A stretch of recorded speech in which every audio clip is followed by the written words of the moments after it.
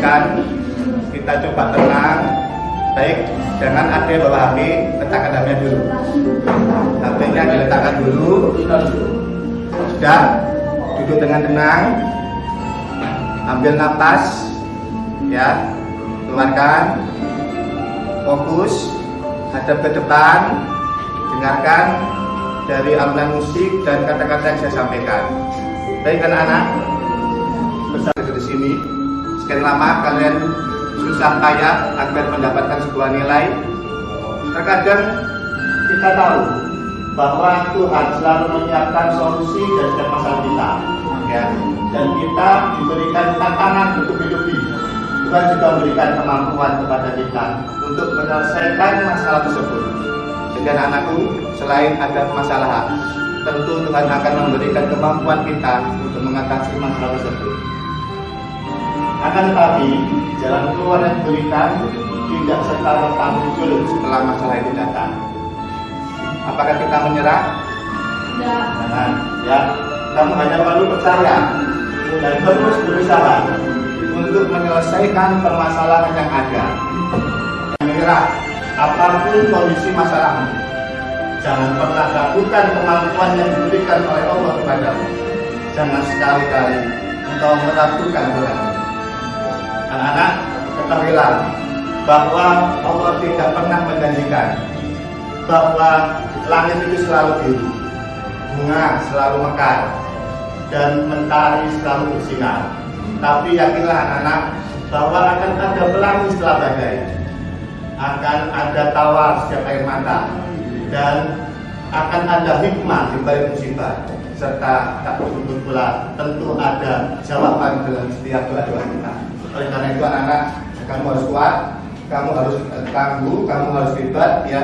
Maka jadilah orang hebat, diuji, tidak terbang, hina, tidak nyaman ketika melihat sebuah gambar utuh yang bisa kamu praktekkan. Silakan masing-masing menuliskan namanya. Setelah itu di bawahnya kan ada subjek ya, nama ya.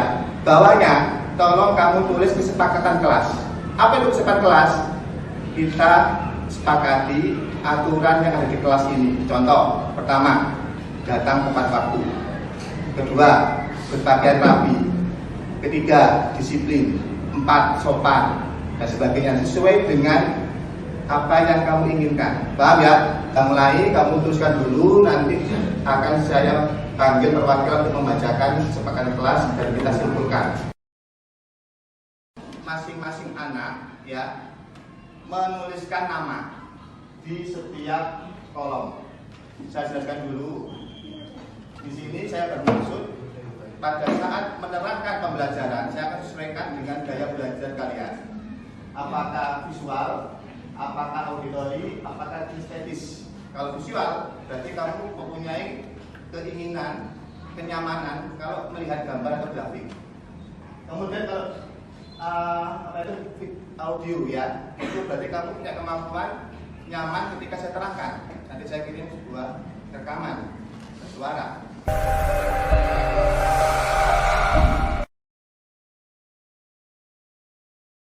Hari ini kita belajar tentang laporan keuangan. Tujuan dari pembelajaran laporan keuangan ini adalah menyusun perkiraan laporan, ya, di mana laporan keuangan itu meliputi laporan neraca, laba rugi, sama perubahan modal. Jadi nanti dari tujuan pembelajaran ini diharapkan siswa mampu menyusun, membuat, dan mempraktekkan dalam kehidupan sehari-hari. Oke anak, minggu kemarin kan kita sudah melakukan pembuatan kertas kerja. Kertas kerja nanti di akhir akan muncul laporan keuangan. Oleh karena itu hari ini kita membahas memulai di laporan keuangan ini dan nanti akan kita praktekkan dalam kehidupan sehari-hari. Oke, siap?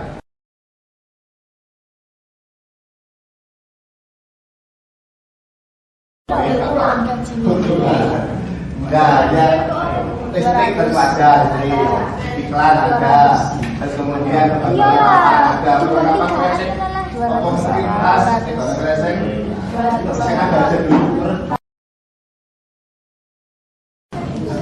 3 ya. 3 ya. Mulai. 400. Ini di sini ya nanti ya. Ya, ini semuanya. Ini masih kotor. Belum semuanya. Ya nanti kita cari yang laba di sini. Saya laba di sini. Belum. Sampai situ tok katanya. Ya, laba dulu saja.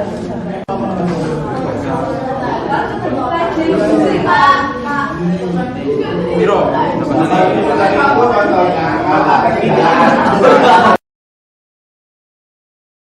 Kalian presentasi, kalian sudah berdiskusi dengan teman-temanmu, sudah memutuskan untuk usaha apa yang menjadi perwakilan. Ya, baik tadi sudah ada siap. Oke, kelompok tadi yang siap silakan maju ke depan. Ingat yang lain perhatikan, jangan bicara sendiri. Nanti setelah selesai baru ada tanggapan dari kelompok lain. Kami akan menjelaskan laporan laba rugi dari usaha butik baju kami. Ya, jadi di sini butik baju Lia ada ya. Di sini laporan laba rugi per tanggal 31 Desember 2022. Di sini pendapatan penjualannya, seluruh pendapatan penjualannya di angka 800.000 dan beban-bebannya ada beban gaji senilai 170.000, beban perlengkapan 100.000, beban sewa 130.000, beban penyusutan 15.000, beban bunga 10.000 dan beban serba-serbi 45.000.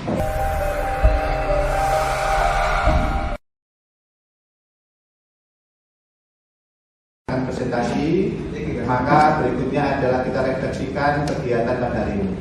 Kamu masuk ke link Padlet ya yang sudah saya kirimkan. Kamu perhatikan di situ ada 3 pelaporan, laporan laba rugi, perubahan modal dan neraca. Kamu masing-masing menuliskan apa manfaat yang kita pelajari hari ini. Laba rugi, perubahan modal dan neraca. Jadi kalian sudah praktek menyusun laporan keuangan. Nah, kira-kira apa yang kamu pelajari hari ini, manfaat dari mempelajari laporan keuangan tersebut. Jadi paham ya? Akan refleksi dengan menuliskan masing-masing ke dalam Padlet ya. Dan sekarang coba salah satu menyampaikan, mengutarakan dari apa yang kita pelajari hari ini. Baik, ada satu anak yang bisa membacakan. Dari informasi laporan laba atau rugi adalah manfaatnya sebagai evaluasi keuangan berjalan selama sebulan. Sebagai fungsi laporan laba rugi yaitu menjadikannya sebagai bahan evaluasi keuangan dari transaksi keuangan yang berjalan selama 1 bulan atau 1 tahun, baik transaksi yang menghasilkan kerugian maupun laba. Mulai dari pendahuluan, pembelajaran, inti, kemudian penutup dengan diakhiri dengan refleksi. Baik, untuk di akhir ini saya sudah mengirimkan tugas ke kamu melalui aplikasi Simak. Nanti dikerjakan di rumah ya, masing-masing individu. Tugas yang pertama adalah mengerjakan latihan soal pilihan ganda. Yang kedua, ada praktek. Nanti kamu ngambil dari surat kabar, laporan perusahaan ya. Nanti di clipping, ditempel, kamu analisis. Nah, pelaporannya nanti ke saya bisa berupa PPT, bisa berupa flash, bisa berupa Excel atau aplikasi yang lain. Silakan sesuai dengan kemampuan dan kenyamanan kamu dalam membuat tugas itu. Yang penting temanya adalah kamu membuat clipping tentang laporan keuangan di surat kabar dan melakukan analisis. Bisa dipahami?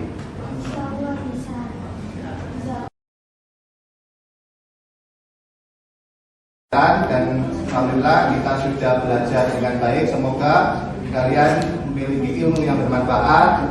Dan satu yang saya rindu ke kamu anak-anak ya, sejati ini guru sejati. Bukan karena saya sebagai guru kamu bisa. Yang paling utama adalah kemampuanmu, kerja kerasmu, motivasi dalam dirimu.